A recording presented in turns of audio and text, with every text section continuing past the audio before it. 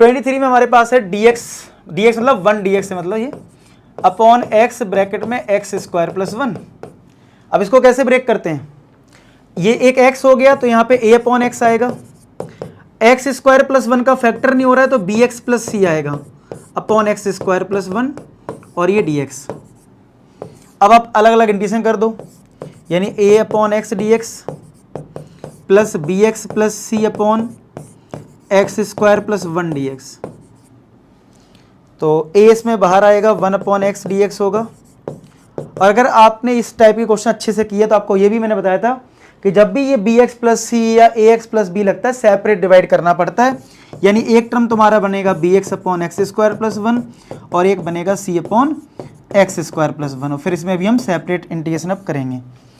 तो a 1 upon x का तो log x होता है, इसमें हम अलग अलग करेंगे तो b बाहर आएगा जब हम इसका कर रहे होंगे तो x upon x square plus 1 d x, फिर जब इसका करेंगे तो c बाहर आ जाएगा 1 upon x square plus 1 d x. ऐसे टर्म्स आएंगे।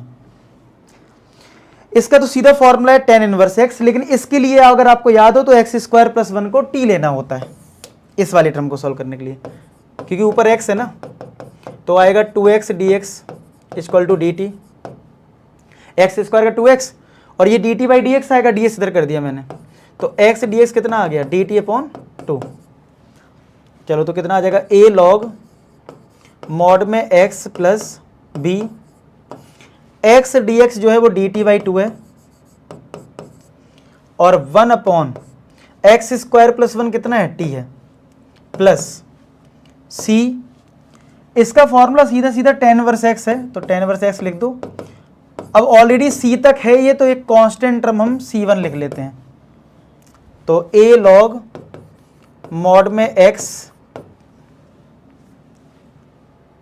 प्लस b, 2 बाहर कर दो, 1 बाई टी का इंटीग्रेशन log मॉड में t plus c tan inverse x plus का c1। अब t पुट कर दो और फिर a b c पे टारगेट करते हैं, तो a log मॉड में x plus b by 2 log t की लो कितनी थी हमारी एक्स स्क्वायर प्लस 1 प्लस का c tan inverse x plus का c1। ठीक है, इतना नोट करो। फिर हम लोग आगे इसमें अब हम लोग वही करेंगे, a b c निकाल लेते हैं।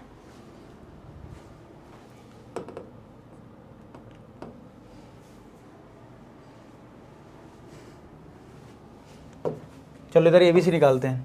तो हमने किसको लिखा था ये टर्म कहाँ गया, ये शुरुआत में लिखा था 1 अपॉन एक्स ब्रैकेट में एक्स स्क्वायर प्लस 1 था, जिसको हमने लिखा था a upon x plus b x plus c upon x square plus 1। ठीक है, तो एलसीएम में तो यही रहेगा x ब्रैकेट में एक्स स्क्वायर प्लस 1, तो a के साथ आएगा X square plus 1, B x plus C के साथ क्या आएगा ये वाला x, तो 1 अपॉन एक्स ब्रैकेट में एक्स स्क्वायर प्लस 1 जो कि LHS RHS कैंसिल होगा, तो ये कितना आ जाएगा 1 is equal to a x square plus का a b x square plus का सी एक्स,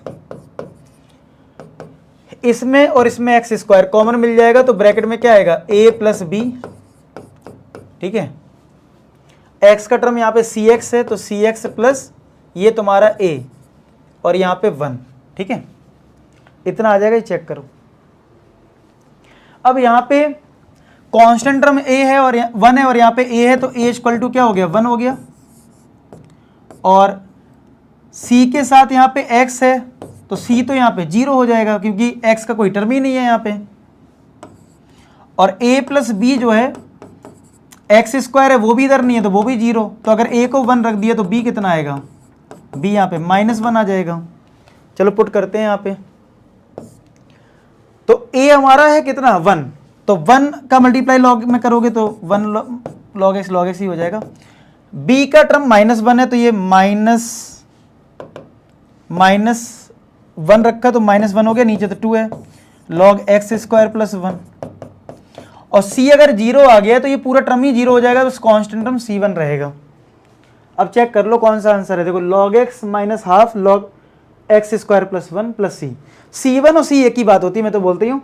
अच्छा, एक्स स्क्वायर हमेशा पॉजिटिव टर्म होगा तो मॉड लगाओ या ना लगाओ फर्क नहीं पड़ता है, तो यही हमारा ए ऑप्शन हो जाएगा। हाँ यही है। तो मॉड इसमें नहीं लगा है तो मॉड लगाना भी नहीं है, तो हमारा आंसर क्या आ जाएगा, ए पार्ट। क्लियर है। तो फाइनली ये एक्सरसाइज हमारी अच्छे से कंप्लीट हो गई और आई होप, मैं उम्मीद भी करूँगा कि आपको सारे क्वेश्चन समझ में आए हों। मिलते हैं नेक्स्ट लेक्चर में, तब तक अपना ख्याल रखें, पढ़ाई करते रहें। लास्ट में एक ही बात बोलूँगा कि आप सभी सफल हों। धन्यवाद।